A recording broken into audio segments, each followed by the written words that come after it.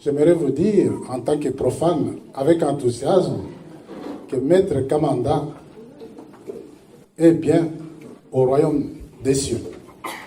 Et s'il y a une hiérarchie là-bas, je crois qu'il a une place préférentielle. Pourquoi donc rester triste? Je disais, donc, premier réflexe ethno-sociologique, il renvoie aussi aux coutumes. Ces coutumes, ce sont les coutumes congolaises. Et dans la coutume congolaise, il y a la coutume kassaïenne. Et je crois que l'abbé en a parlé un peu. Je vous donne mon interprétation. C'est quelque chose qu'on appelle procession. C'est-à-dire marcher dans les pas du mort. On ne l'a pas fait et je compte le faire aujourd'hui après toutes ces cérémonies. Ça veut dire quoi dans mon entendement? Ça veut dire qu'on accompagne l'âme de celui qui vient de décéder pour qu'elle aille au-delà, qu'elle aille rejoindre les ancêtres.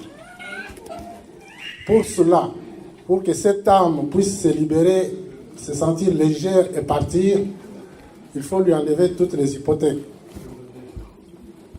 Si on reste triste, ce qu'on empêche dans mon interprétation, si on reste triste, ce qu'on empêche cette âme de s'envoler, d'aller vers les ancêtres.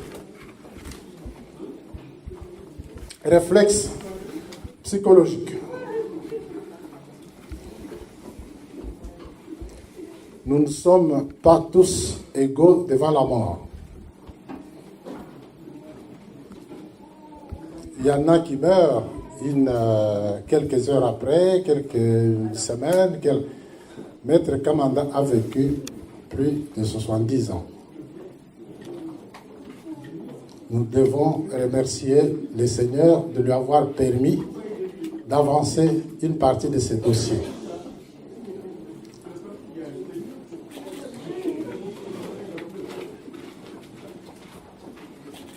J'insiste sur ces réflexes psychologiques.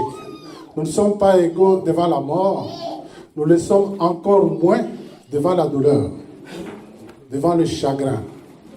En fait, lorsqu'un homme ou une femme meurt, qui en souffre le plus? Est-ce le parent, s'il meurt avant ses parents? Est-ce les enfants qu'il laisse orphelins? Est-ce les amis? Est-ce les frères et sœurs? L'essentiel n'est pas dans la réponse. L'essentiel est dans la question. Face à la mort de Maître Gérard, moi j'ai assisté à l'effondrement d'une personne proche de lui. Cette personne s'avère être ma femme. Je m'enfonce avec elle. Vous l'avez vu? Dans quel état elle est? C'est la première fois qu'elle sort. Et moi, ma peur, c'est que cette mort de Maître Gérard n'entraîne pas d'autres morts. Donc, mon souhait de vous réunir aujourd'hui avec le concours de la famille, c'était pour que tout ce que j'ai pu formuler comme message à l'endroit de mon épouse, que vous puissiez déjà par votre présence la réconforter davantage, mais si vous en avez l'occasion, que vous puissiez le reformuler de manière peut-être plus percutante que je n'ai pu le faire. J'ai besoin d'elle. Si elle m'abandonne, je la suivrai. Réflexe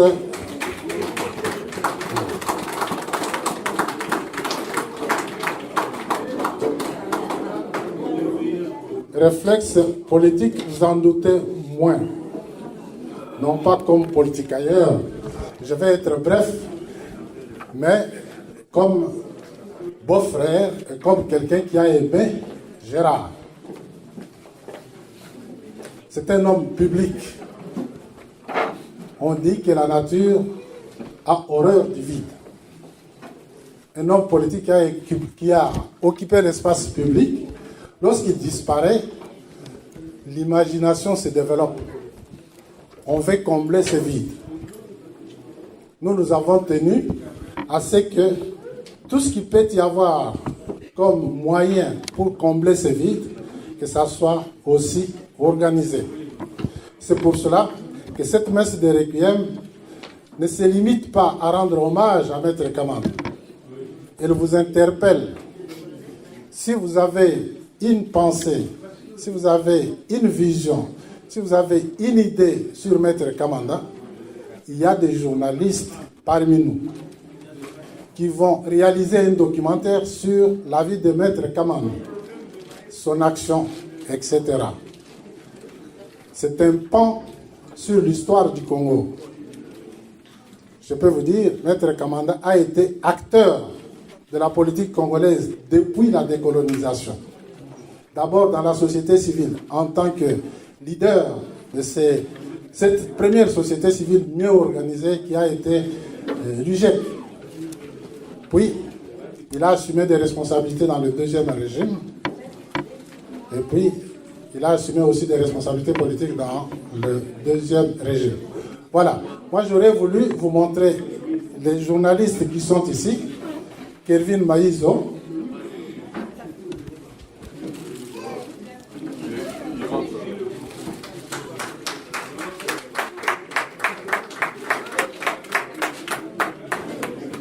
Et M. Fabien Kousouanika.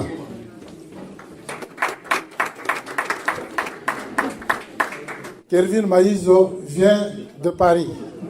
Vous le connaissez, il intervient sur plusieurs sites. Et puis, M. Fabien Kousouanika vient de Bruxelles. C'est parmi les meilleurs dans le microcosme congolais.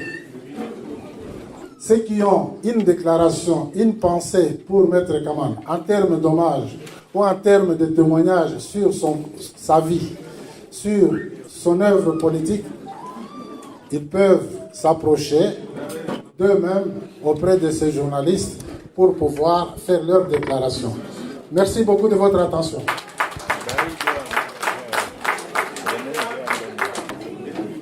Je me permets de prendre la parole à cette circonstance. Premièrement parce que Maître Kamanda était un confrère. Je l'ai retrouvé au barreau de Kinshasa, Gombe, où moi j'étais avocat depuis 1979. Je vous rappelle que avant cela, j'ai œuvré dans l'armée comme magistrat militaire. Et lorsque, en 1978, M. Mobutu avait décidé de renvoyer de l'armée les officiers du Katanga et du Kassai et puis de Bandundu de Kwilu, j'étais parmi ceux qui avaient eu les enveloppes. Je n'ai jamais considéré ça comme un malheur pour moi, d'autant plus que je suis parmi ceux qui croient que le bon Dieu sait dans quelle direction il peut diriger ses enfants.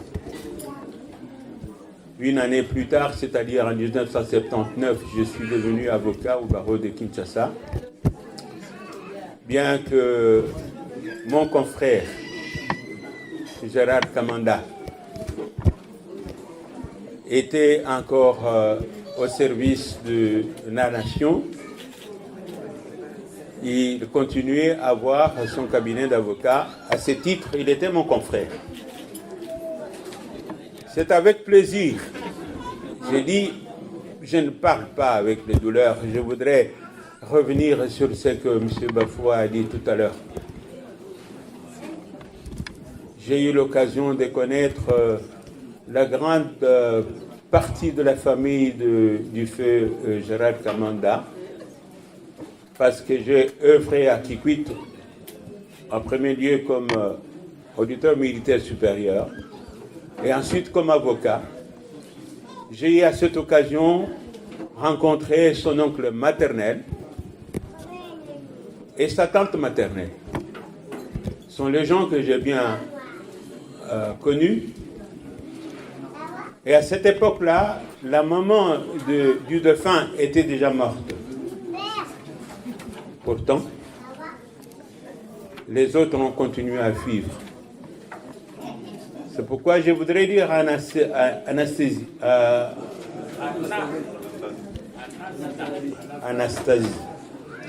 Je voudrais lui dire tout simplement ceci.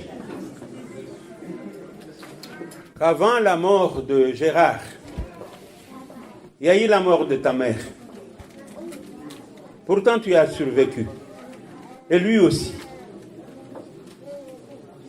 Je voudrais ici te demander de continuer à vivre comme Gérard avait vécu après la mort de ta mère.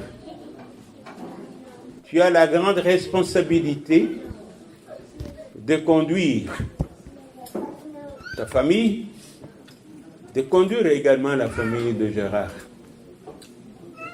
Parce que la mort, ce n'est qu'une séparation. Demain, toi aussi, et comme nous tous, nous allons pouvoir les rencontrer parce que nous espérons que nous, les chrétiens, il y a une vie après la mort. Donc cette cérémonie d'aujourd'hui marque la fin du deuil. Tu dois arrêter aussi de pleurer. Il faut reprendre le courage. Et c'est lorsque toi tu prendras le courage que les enfants du défunt prendront aussi le courage.